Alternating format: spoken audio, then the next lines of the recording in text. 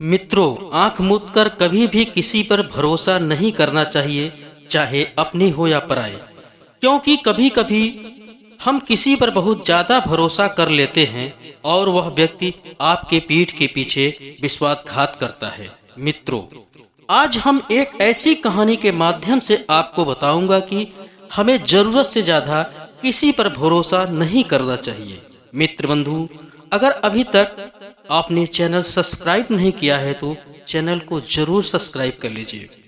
मित्रों, बहुत समय पहले की बात है। एक नगर में एक राजा रहता था। वह बहुत ही न्यायप्रिय राजा था। उसके शासनकाल में प्रजा बहुत खुशी थी। राजा अपनी प्रजा को अपने बेटे के समान प्रेम करता था। प्रजा उस राजा की सदैव गुणगान करती थी। रानी भी राजा से कम नहीं थी। वह प्रजा और दासियों से बहुत ही प्रेम पूर्वक व्यवहार करती थी। राजा और रानी भी प्रजा से अत्यधिक प्रसन्न थे। लेकिन उन दोनों को एक बात की चिंता सताती थी कि उनको कोई संतान नहीं था। राजा के मन में सदैव डर था कि उसके वारिस न होने पर उसके राज्य का क्या होगा। रानी को भी इस बात से सदैव दुखी रहती थी। एक बार तो रानी ने राजा से यह भी कह दिया कि हम आपके लिए कोई वारिस न दे सकी, इसलिए आप दूसरा विवाह कर लें। लेकिन राजा अपनी रानी से बहुत ही प्रेम करता था। वह कभी भी अपना दूसरा विवाह करने के लिए मन में नहीं सोचता था। एक बार की बात है, उनके महल में एक ऋषि मुनि पधारे। राजा रानी ने उनका आदर पूर्वक सत्कार किया। रानी की सेवा भाव से ऋषि मुनि अत्यधिक प्रभावित हुए। उन्होंने रानी से कहा कि आपकी सेवा से मैं अत्यधिक प्रसन्न हूँ। आप अपनी इच्छा से कोई भी वरदान मांग सकती हैं। रानी ने कहा, हे महामुनि, हमें तो वह सारी सुख सुविधा प्राप्त है जो एक रानी को होना चाहिए। लेकिन एक बात का सदैव दुख है कि हमें कोई संतान नहीं है। ऋषि मुनि ने आशीर्वाद दिया कि समय आने पर उनको एक बहुत ही तेजस्वी बालक का जन्म होगा। यह सुनकर महारानी अत्यधिक प्रसन्न हुई। लेकिन जाते समय ऋषि मुनि ने राजा को एक बात का आगाह किया कि बालक के जन्म लेने के पश्चात उनके राज्य पर एक बहुत बड़ा संकट छा जाएगा। आपको उसके लिए धैर्य रखना होगा। राजा ने ऋषि मुनि से पूछा, क्या हम कुछ उपाय कर सकते हैं? ऋषि मुनि ने कहा कि आपको समय आने पर अपने आप पता चल जाएगा। थोड़े समय बाद ही सारी समस्याएं दूर हो जाएंगी। इतना कहकर ऋषि मुनि वहां से चले गए। धीरे धीरे समय बीतता गया, लेकिन रानी को कोई भी संतान आने की संभावना नहीं बनी। बहुत ज्यादा समय बीत जाने पर राजा और रानी ने ऋषि मुनि की बातों को मिथ्या मानकर अपने भाग्य को कोसते रहते थे। पर एक दिन रानी ने राजा को जिद करके कहा कि आपको अपने और राज्य की वारिस के लिए दूसरा विवाह करना होगा। इसके लिए हम आपको अपनी तरफ से कोई भी परेशानी नहीं होगी। आखिरकार राजा एक दिन रानी के जिद के आगे हार गया। एक बहुत ही सुंदर रानी के साथ राजा का विवाह हुआ। रानी इतनी सुंदर थी कि राजा उनको देखते ही उन पर मोहित हो गया। अब राजा का पहली रानी से प्रेम कम हो गया और दूसरी रानी की ओर अधिक प्रेम बढ़ता गया। राजा पहली रानी के साथ बहुत ज्यादा समय नहीं रहने लगा। अब वह ज्यादातर दूसरी रानी के महल में रहना पसंद करने लगा। पहली रानी अपने कर्म को मानकर मन में संतोष कर रहने लगी। दूसरी रानी अत्यधिक सुंदर थी, लेकिन मन से वह बहुत क्रूर और चालाक थी। उन्होंने राजा को अपने प्रेम जाल में फंसाकर पहली रानी से दूर करना चाहती थी। छोटी रानी पहली रानी से बहुत ही ईर्ष्या करती थी। उनके यह बर्ताव से राजमहल की दासियां भी अत्यधिक दुखी रहने लगी, क्योंकि उनको पहली रानी से जो मान सम्मान मिलता था वह दूसरी रानी से नहीं मिल पाता था। छोटी रानी सदैव पहली रानी को मौका मिलते ही ताना मार देती थी और राजा भी इस पर कोई विशेष ध्यान नहीं देता था। इस बात से बड़ी रानी अत्यधिक दुखी रहने लगी। वह अपने दासियों के साथ अपने महल में अकेले जीवन व्यतीत करने लगी। लेकिन समय को कुछ और ही होना था। एक दिन अचानक बड़ी रानी की तबीयत खराब हो गई। राजवैद्य बड़ी रानी का उपचार करने के पश्चात राजा के पास जाकर बोला कि महाराज, एक शुभ समाचार है। आपको बहुत जल्द ही संतान की प्राप्ति होने वाली है। यह बात सुनकर राजा अत्यधिक खुश हुआ और खुशी पूर्वक राजवैद्य को हीरे जवाहरात से सम्मानित किया।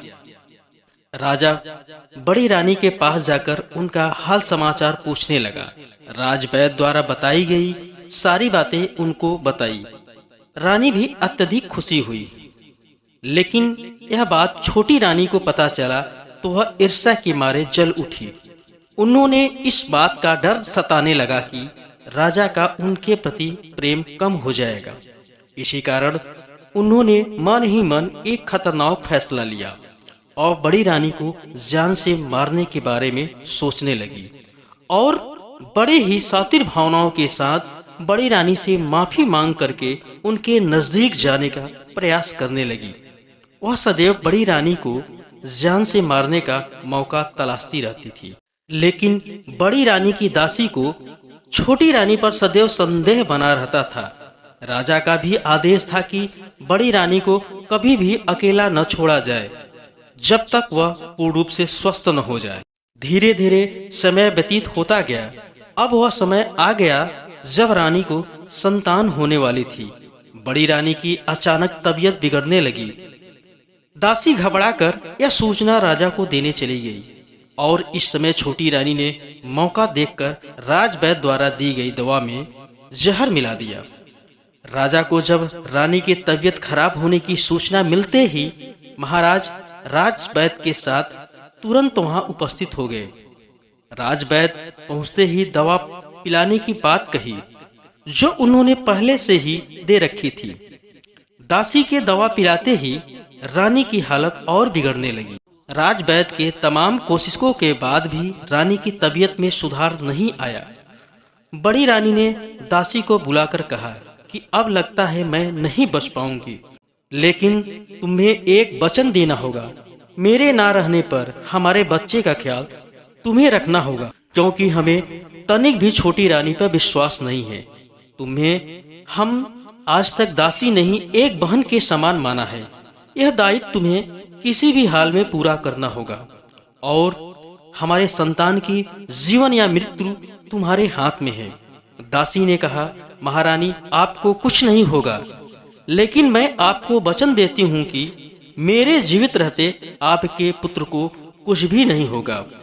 भाग्य को कौन टाल सकता था। महारानी बच्चे को जन्म देते ही उनका स्वर्गवास हो गया। रानी ने बहुत ही तेजस्वी बालक को जन्म दिया। बालक के बाई भुजा पर सूर्य का भी निशान था और जिसके माथे पर बहुत ही तेज था। रानी के स्वर्गवास की सूचना मिलते ही राजा को बहुत बड़ा सदमा लगा। जहां नगर में राजकुमार के आने की सूचना पर सब खुशियां मना रहा था, वही रानी के स्वर्गवास होने की सूचना मिलते ही नगर में मातम सा छा गया। अब राजा का मन कामकाज में पहले की तरह नहीं लगता था। वह सदैव महल में अकेले रहने लगे और कभी कभार ही राज्यसभा में आते थे। उधर छोटी रानी बच्चे की भी देखभाल की सारी जिम्मेदारी दासी को दे दिया और वह आराम से रहने लगी। दासी बड़ी रानी को दिए हुए वचन से छोटे राजकुमार के प्रति बहुत ही चिंतित रहती थी। एक दिन महामंत्री और राज्यसभा के सभी सदस्य मिलकर राजा को समझाते हैं कि अगर आप राज्यसभा की देखभाल ठीक ढंग से नहीं करेंगे तो राज्य में असंतोष फैल जाएगा और पड़ोसी राज्य के आक्रमण होने का खतरा मंडराने लगेगा। राजा भारी मन से राज्यसभा में अब छोटी रानी के साथ आने लगा। अब सारे कामकाज छोटी रानी के निर्देशानुसार ही होने लगा। सातिर दिमाग की छोटी महारानी धीरे धीरे करके राज्यसभा के सारे काम कार्य अपने हाथों में ले लिया और राजा को यह विश्वास दिलाया कि आपके उपस्थित न रहने पर भी हम राज्य की अच्छे से देखभाल कर लेंगे। कुछ ही समय बाद राजा पूर्ण रूप से राज्यसभा में आना बंद कर दिया।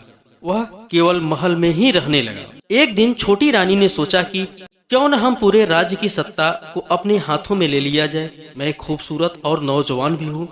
राज्य की सत्ता हाथ आते ही बहुत सारे राजकुमार हमें मिल जाएंगे। वह धीरे धीरे षड्यंत्र रखना चालू किया। राज्यसभा के उन सभी मंत्रियों को जो राजा के चाहने वाले थे हटाकर अपने अनुसार राज्यसभा में लोगों का गठन किया। महामंत्री को होने वाले भावी राजा का लालच देकर अपनी ओर मिला लिया। दोनों ने मिलकर नगर में विद्रोह करवा दिया। महामंत्री ने राजा को बंदी बनाकर जेल में डाल दिया और खुद को राजा घोषित कर दिया। लेकिन छोटी रानी स्वयं को सिंहासन पर देखना चाहती थी, इसलिए छोटी रानी ने बड़ी ही चालाकी से नगर में यह सूचना पहुंचवा दी कि महामंत्री ने राजा के साथ गद्दारी की। उसने राजा को मारकर स्वयं राजा बन बैठा। यह बात नगर में पहुंचते ही पूरे नगर में विद्रोह हो गया, क्योंकि नगरवासी राजा से बहुत ही प्रेम करते थे। मजबूर होकर महामंत्री को नगर छोड़कर भागना पड़ा। अब छोटी रानी राज्य की पूरी सत्ता अपने हाथों में ले ली और अपने विश्वासपात्र सिपाहियों से मिलकर राजा को जेल में डलवा दिया। यह कार्य बड़े गोपनीय के साथ किया गया। अब सिर्फ उसको छोटे राजकुमार को रास्ते से हटाना था। जब यह बात दासी को पता चली कि पूरी सत्ता अब छोटी राजकुमारी के हाथ में हो गया है, वह राजकुमार को लेकर अपने पति के साथ नगर को छोड़कर बहुत दूर चली गई। रानी के हाथ में सत्ता आते ही उनका असली रूप सामने आने लगा। उसने नगर वासियों पर जुल्म करना चालू कर दिया। छोटे मोटे दंड के लिए उन्होंने बहुत कड़े नियम बनाए। लगान भी बड़ी क्रूरता के साथ वसूला जाने लगा। जेल में बंद राजा अपने बुरे दिन को याद करके अपने आप को कोसता रहता था। धीरे धीरे समय बीतता गया। महामंत्री अपनी जान बचाकर भागने के पश्चात इधर उधर भटकने लगा। एक दिन बगीचे से गुजर रहा था। वह बहुत थका हुआ था। आराम करने के लिए रुक गया और उसको नींद आ गई। तभी बच्चों की आवाज सुनकर उसकी आंखें खुली और देखता है कुछ बच्चे चोर सिपाही खेल रहे हैं और राजा बना बच्चा एक राजा की भांति निर्णय दे रहा है। उसके माथे पर एक राजा की तरह तेज था और बहुत ही बहादुर भी दिख रहा था। महामंत्री काफी कुछ सोचकर उस बच्चे के पास जाकर उसका नाम पूछा। उसने अपना नाम प्रताप बतलाया। महामंत्री प्रताप के साथ उसके घर गए। महामंत्री को देखते ही दासी एकदम अंदर से डर गई, लेकिन तभी महामंत्री ने दासी को झुककर प्रणाम किया, क्योंकि महामंत्री ने दासी को पहचान नहीं पाया। दासी बड़े ही सत्कार पूर्वक महामंत्री को बैठाया और आने की कारण पूछा। महामंत्री ने कहा, हम आपके पुत्र को देखकर बहुत प्रभावित हुए हैं। यह राजा बनने के योग्य है। अगर आपकी आज्ञा हो तो मैं इसे राजा बना दूंगा। बस आपको हम पर विश्वास करके थोड़े दिनों के लिए प्रताप को हमारे पास छोड़ना होगा। दासी और उसके पति के न चाहते हुए भी प्रताप की बातों पर महामंत्री के बात को स्वीकार करना पड़ा। महामंत्री और प्रताप मिलकर एक सेना तैयार कर रानी के राज्य पर आक्रमण कर दिया। रानी को बुरी तरह पराजित कर जेल में डाल दिया गया। प्रताप वहां का नया राजा बना और महामंत्री पुनः अपने पद पर विराजमान हुआ। राज्य के नागरिक नए राजा पाकर विशेष खुश नहीं हुए, क्योंकि नियम कानून वही चलने लगा जो छोटी रानी ने बनाया था। महामंत्री ने राज्यसभा में राज्य के किसी भी नागरिक का प्रवेश न हो इस प्रकार का नियम बनाया, क्योंकि वह जानता था प्रताप एक गरीब घर में पला बड़ा हुआ है और इसी के साथ वह दयालु भी है। राज्य के नागरिकों से मिलने पर हमारे लिए मुसीबत बन सकती है। कभी राजा प्रताप राज्य के नागरिकों से मिलने की बात करते तो महामंत्री द्वारा टाल मटोल कर दिया जाता था।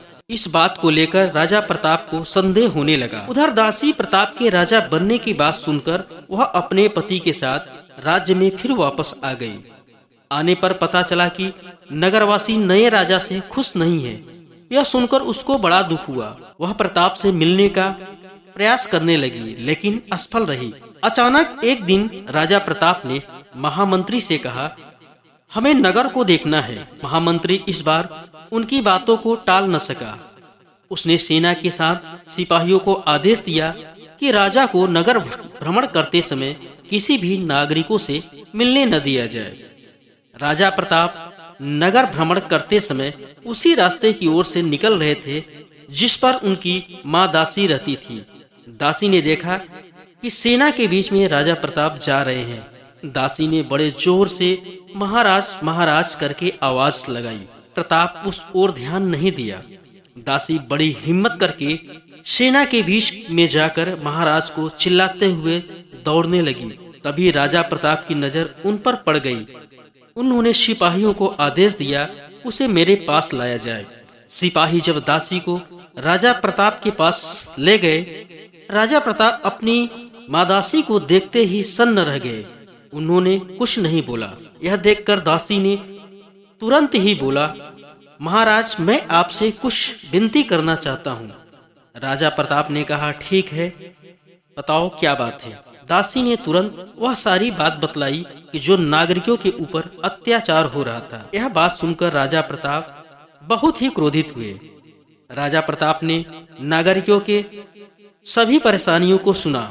एक नागरिक ने कहा, महाराज, समय पर कर न दे पाने पर सिपाहियों द्वारा बहुत अत्याचार किया जाता है। हमारे घर को सिपाही द्वारा लूट लिया गया और यहाँ तक कि हमारी बहन बेटियों के साथ काफी दुर्व्यवहार किया गया।